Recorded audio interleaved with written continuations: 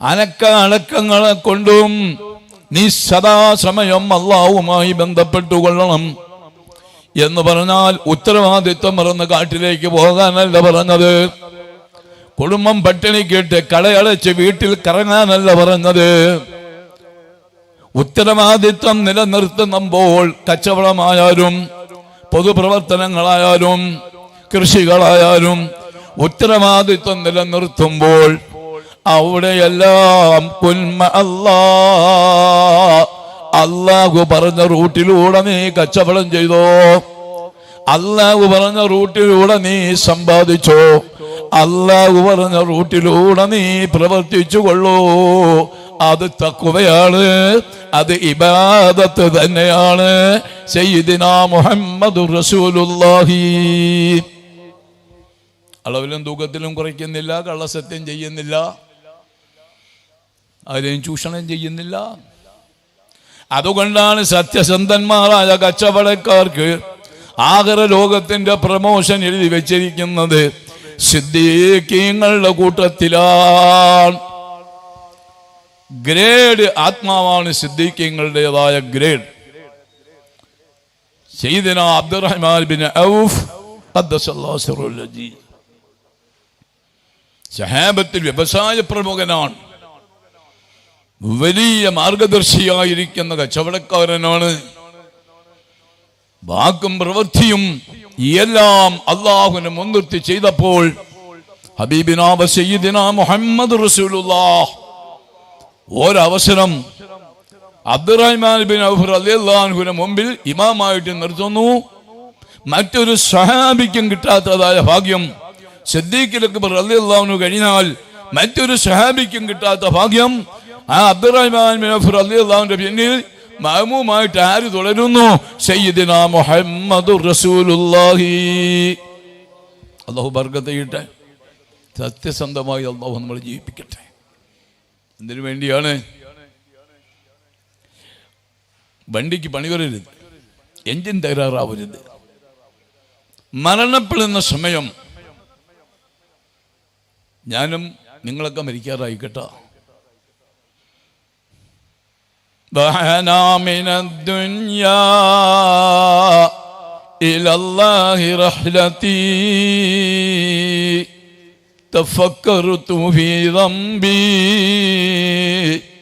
وأسهرت مقلتي وهيجت أحزاني وأسبلت دمعتي.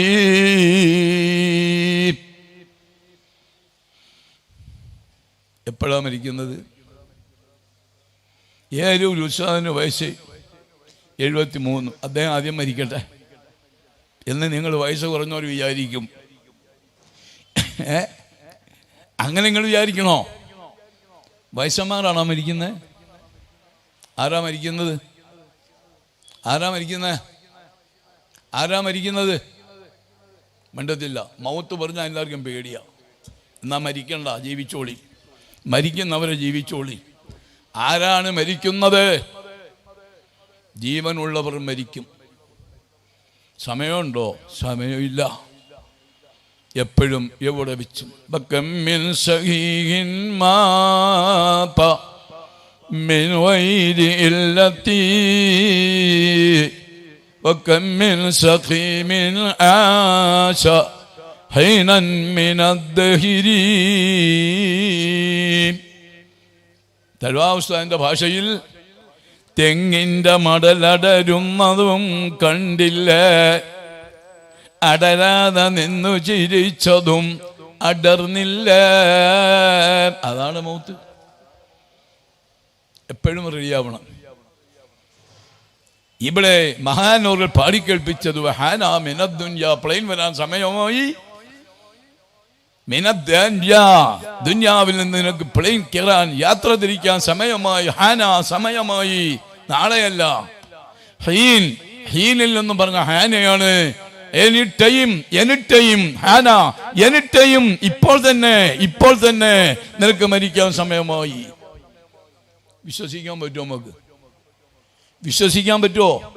നിങ്ങൾക്ക് വിശ്വസിക്കാൻ പറ്റുമോ? മുള്ളിക്കാരക്കാർക്ക് ഇപ്പം മരിക്കുമെന്ന് പറഞ്ഞാൽ മരിക്കുമോ? മരിക്കുവോ? ഒരാളെങ്കിലും പറയും ഇല്ലേ? കാണുന്ന ജുമുഅത്ത് പള്ളിയിൽ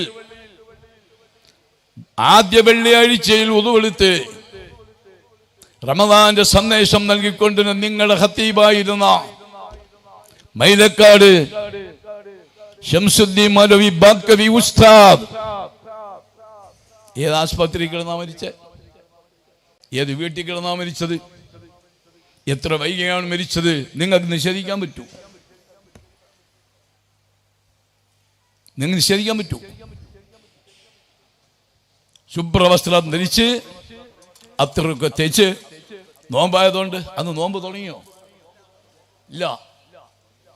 റെഡിയായിട്ട് വന്നില്ലേ? നസീഹത്ത് ചെയ്തുകൊണ്ട് നിൽക്കുമ്പോൾ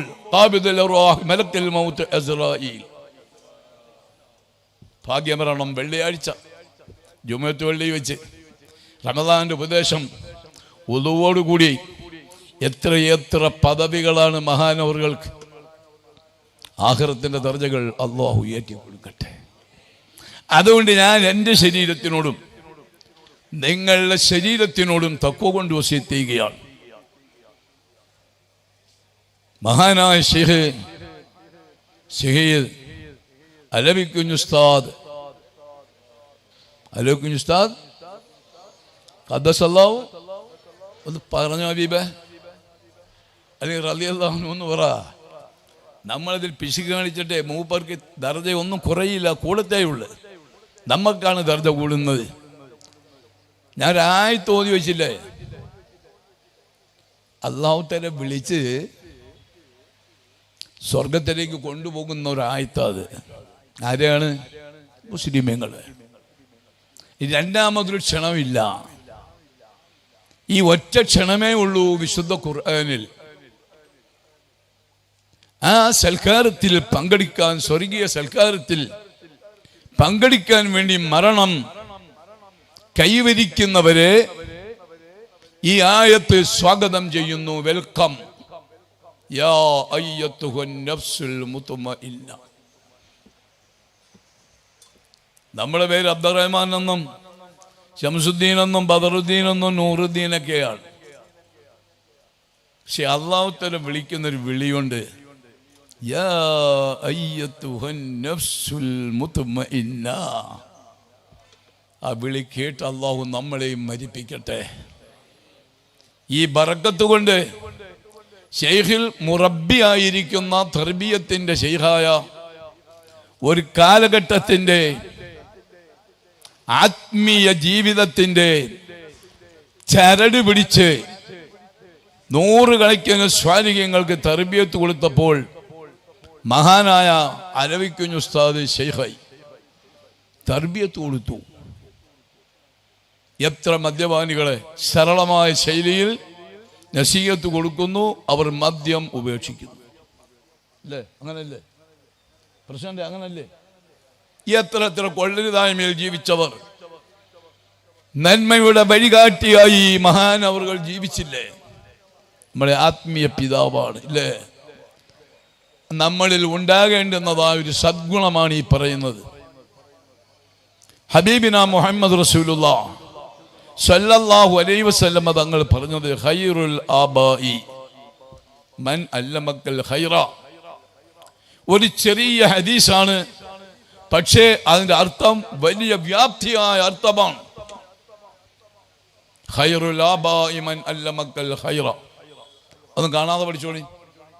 ഖൈറുൽ ആബാഇ മൻ അല്ലമക്കൽ ഖൈറ ഹദീസാണ്. ഈ ഹദീസ് പഠിക്കുന്നവർക്ക് അല്ലാഹു പാവം പുറത്തു കൊടുക്കട്ടെ. മുത്തുനബി സല്ലല്ലാഹു അലൈഹി വസല്ലം തങ്ങളുടെ ഹദീസ് കാണാതെ പഠിക്കുന്ന നമ്മുടെ പാപം അല്ലാഹു ഈ മജ്ലിസ് കൊണ്ട് പൊറുക്കട്ടെ. ഒന്ന് പഠിച്ചോളി. ഖൈറുൽ ആബാഇ, ഓരൊക്കെ പറഞ്ഞോ ഹബീബന്മാരെ, ഖൈറുൽ ആബാഇ മൻ അല്ലമക്കൽ ഖൈറ. മൂന്നോട്ടം പറ, ഖൈറുൽ ആബാഇ മൻ അല്ലമക്കൽ ഖൈറ. ഖൈറുൽ ആബാഇ മൻ അല്ലമക്കൽ ഖൈറ. ഖൈറുൽ ആബാഇ മൻ അല്ലമക്കൽ ഖൈറ. ഹദീസ് കഴിഞ്ഞു, കാണാതെ വിളിച്ചു വെച്ചോളി. മറന്നു പോകി വീട്ടിൽ ചെന്നൊരു പേനയെടുത്ത് എഴുതി ഭിത്തിയിൽ ഒട്ടിച്ചോളി. വീട്ടിൽ ഭാര്യയും മക്കളെയൊക്കെ വിളിച്ച് ഞാൻ ഒരു ഹദീസ് പഠിച്ചിട്ടാണ് വരുന്നതെന്ന് സന്തോഷത്തെ പറഞ്ഞ് അവരെയും പഠിപ്പിച്ചോളി. ഒന്ന് പറഞ്ഞോനെ, ഏതാ ഹദീസ്? മൻ നല്ല മക്കൾ ഖൈറ, നല്ല വാപ്പ, നല്ല പിതാവ്, നിന്റെ നല്ല പിതാവ് നിനക്ക് ഖൈറ് പഠിപ്പിച്ചു തരുന്ന ആത്മീയ ഗുരുവാണെന്ന് നബി മുഹമ്മദ് റസൂലുള്ളാഹ് അർത്ഥം പറഞ്ഞു.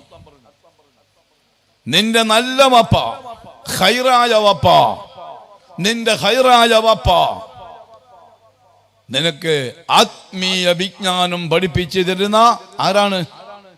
ആരാ? ഉസ്താദുമാരാ.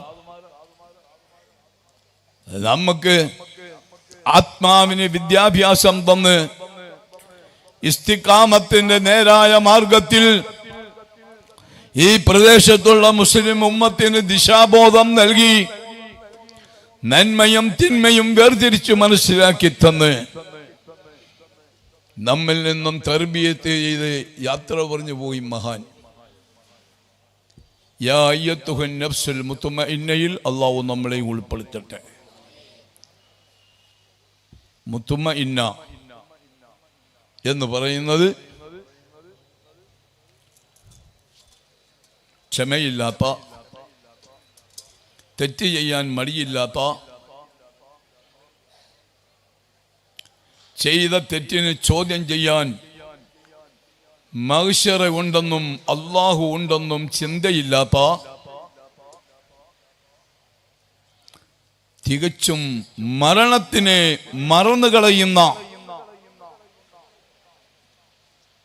സൽക്കർമ്മങ്ങൾ അനുസരിച്ചാണ് പരലോക മോക്ഷം എനിക്കുണ്ടാകുന്നത് എന്ന് ഒട്ടും കാഴ്ചപ്പാടില്ലാതെ ജീവിക്കുന്നവരെ താൻ തോന്നി എന്നാണ് മലയാളത്തിൽ പറയുന്നത്. താൻ തോന്നി എന്ന് പറഞ്ഞാൽ ചീത്തയെന്നല്ല, നല്ല സാഹിത്യമാണ്.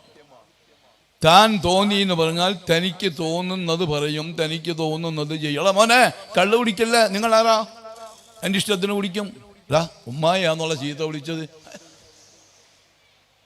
അങ്ങനെ വിളിക്കരുത് മോനെ. ഉമ്മായി ചീത്ത വിളിച്ചുകൂടാ, വാപ്പായെ ആക്ഷേപിച്ചുകൂടാ, നീ മയക്കുമരുന്ന് ഉപയോഗിക്കരുത്, നീ നിസ്കാരം ഉപേക്ഷിക്കരുത്, എനിക്ക് ഇഷ്ടമുള്ളത് ചെയ്യും എന്ന് പറയുന്നതിൻ്റെ മറ്റൊരു ഭാഷയാണ് താൻ തോന്നി. തനിക്ക് തോന്നുന്നത്. ഞാൻ താൻ തോന്നിയായാൽ ഞാൻ നരകം ഉറപ്പാ. എനിക്ക് നിങ്ങൾ താൻ തോന്നിയായി ജീവിച്ചാൽ നിങ്ങൾക്ക് നരകം ഉറപ്പാണ്. ഒരു മുസ്ലിമിനും താൻ തോന്നിയാവാൻ പറ്റത്തില്ല. നിയമമുണ്ട്.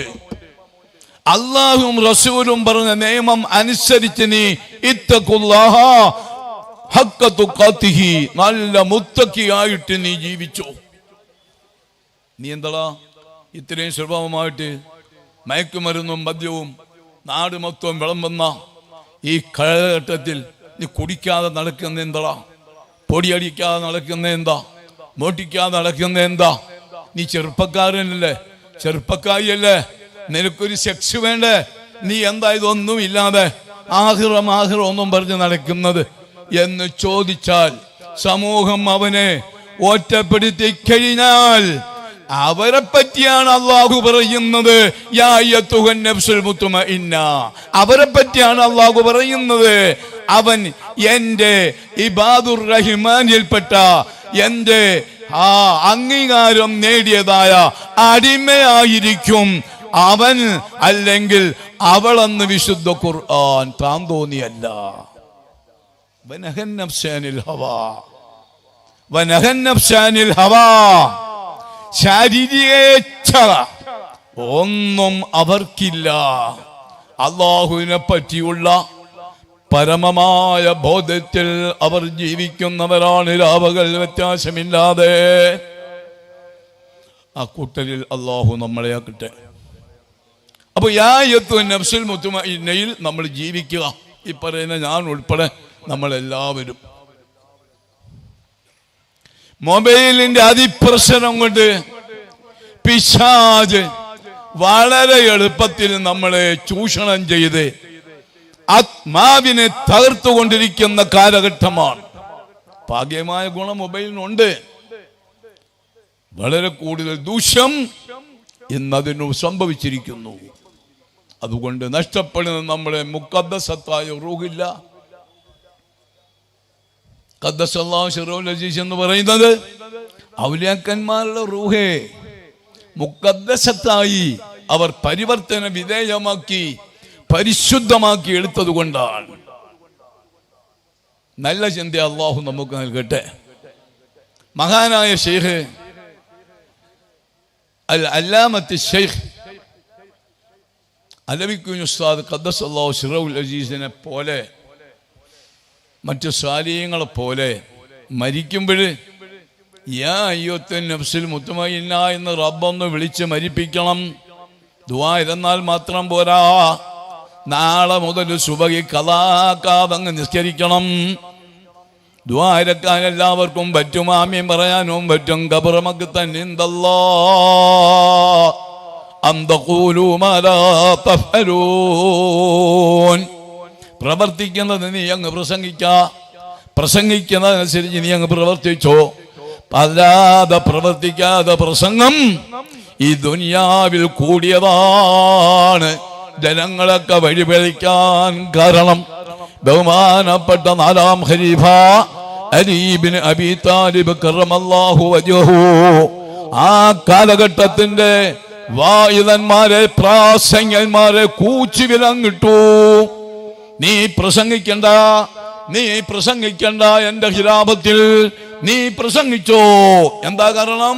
നീ പ്രസംഗിക്കണ്ട എന്ന് പറഞ്ഞത് നിന്റെ പ്രസംഗമേ ഉള്ളൂ, നിനക്ക് പ്രവൃത്തിയില്ല. അത് ഖുർആന് എതിരാണ്. ആദ്യം നീ പ്രവർത്തിച്ച് കാണിക്ക്, എന്നിട്ട് നീ പ്രസംഗിക്ക്. അത് മാത്രമേ മഹാനായിരിക്കുന്ന അലവിക്കുഞ്ഞ് ഉസ്താദ് ഖദ്ദസല്ലാഹു സിറഹുൽ അസീസ് പ്രവർത്തിക്കാത്തൊരു പ്രസംഗം അവിടെ ആരോടും നടത്തിയിട്ടില്ല. എല്ലാ വിഷയങ്ങളിലും. ചെറിയ ഉദാഹരണമാണോ യത്തീമക്കളെ സംരക്ഷിക്കുന്ന ഉദാഹരണം? ഈ തെക്കൻ ജില്ലകളിൽ യത്തീംഖാന എന്ന് പറയുന്ന ഒരു ആശയം ഇവിടെ പറിച്ച് നട്ട മഹൽ വ്യക്തിയാണ് മഹാനായ ശൈഖ് അവറുകൾ. യത്തീംഖാന അങ്ങനെയാണ് ഈ മുള്ളിക്കാരയ്ക്ക് യത്തീംഖാനയിൽ പേരും പെരുമയും ഉണ്ടായത്. പിന്നീടാണ് പല ഭാഗങ്ങളിലും ഇതിങ്ങനെ വിത്തുപൊട്ടിയത്. യത്തീമിനെ പറ്റി ഹദീസ് ഓതും.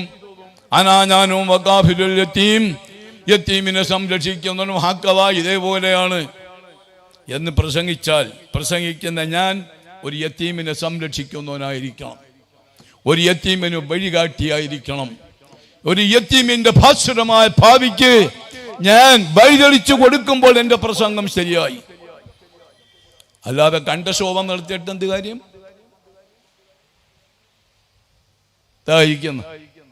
അബ്ദുസ്സമദ് 2 കണ്ണിലും കാഴ്ചയില്ല. എന്റെ 30 കൊല്ലത്തെ സുഹൃത്താണ് ഈ ഇരിക്കുന്ന എരുമേലിക്കാരൻ അബ്ദുസ്സമദ്. ഇന്ന് മഗ്‌രിബിന് പള്ളിയിൽ വെച്ച് 2 കണ്ണുമില്ലേ, വല്ലതും തരണേ എന്ന് പറഞ്ഞപ്പോൾ കണ്ണുള്ള പലരും കണ്ടില്ലെന്ന് പറഞ്ഞ് പോയില്ലേ. ഹൽ യസ്തവില്ലദീന യുബ്സിറൂൻ വല്ലദീന ലാ യുബ്സിറൂൻ. അല്ലാഹു ചോദിച്ചു, കാഴ്ചയുള്ളവരും കാഴ്ചയില്ലാത്തവരും തുല്യമാണോ? അല്ല, ഒരിക്കലുമല്ല. അതുകൊണ്ട് കണ്ണില്ലാത്തവന്റെ കണ്ണുനീർ ഒപ്പണ്ട്. ഹബീബിന മുഹമ്മദ് റസൂലുള്ളാഹ് രംഗത്തേക്ക് വന്നു പറയുന്നു, ഓ കണ്ണുള്ള സുഹൃത്തുക്കളെ, എന്റെ ഉമ്മത്തുകളെ, കണ്ണില്ലാത്തവർ നിങ്ങൾ അഗണ്യമാക്കല്ലേ.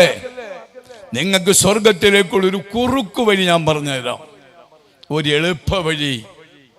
എന്താണ് അള്ളാഹുവിന്റെ റസൂലേ എന്ന് സഹാബത്ത് ചോദിച്ചപ്പോൾ പറഞ്ഞു, കണ്ണിന് കാഴ്ചയില്ലാത്തൊരു അന്ധന്റെ കൈക്ക് നീ പിടിക്ക്, നീ അവനെ 40 ചുവട് പിടിച്ചുകൊണ്ട് നടന്നാൽ നിനക്ക് സ്വർഗം കിട്ടി എന്ന് സയ്യിദുന മുഹമ്മദ് റസൂലുള്ളാഹ്. നമ്മൾ പിടിച്ചിട്ടുണ്ടോ ഈ ഭാഗ്യം? ഞാൻ അദ്ദേഹത്തിന് പിടിച്ച് വിടുമ്പോൾ സ്റ്റേജിൽ കൊണ്ടുവന്നു. കാണുമ്പോഴേക്ക് ഞാൻ പിടിക്കും. നമ്മളെ ദൃഷ്ടിയിൽ ഈ കണ്ണില്ലാത്തവരൊക്കെ ഏതോ തരം താഴ്ന്ന ജാതിക്കാരാണെന്നാണ് നമുക്ക് തോന്നുന്നത്. കണ്ണില്ലാത്തവരെ അവരോടൊരു സഹതാപം നമുക്ക് തോന്നില്ലേ? ഒരു സഹാനുഭൂതി വരണ്ടേ?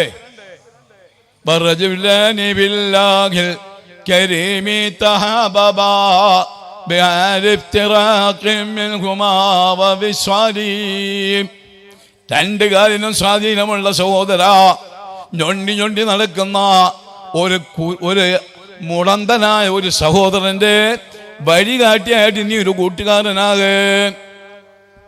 രണ്ട് കൈക്കും സ്വാധീനമില്ലാത്ത ഒരു നിസ്സഹായന ഒരു പാവപ്പെട്ടവന്റെ സഹായിയായ ഒരു കൂട്ടുകാരനായിട്ട് നീ മാറ്. രണ്ട് കണ്ണിനും കാഴ്ചയില്ലാത്ത കൊണ്ടിലും കുഴിയിലും തപ്പിത്തളഞ്ഞു വീഴുന്ന ഒരു പാവപ്പെട്ടവന്റേതായ കൂട്ടുകാരനായിട്ട് നീ മാറ്.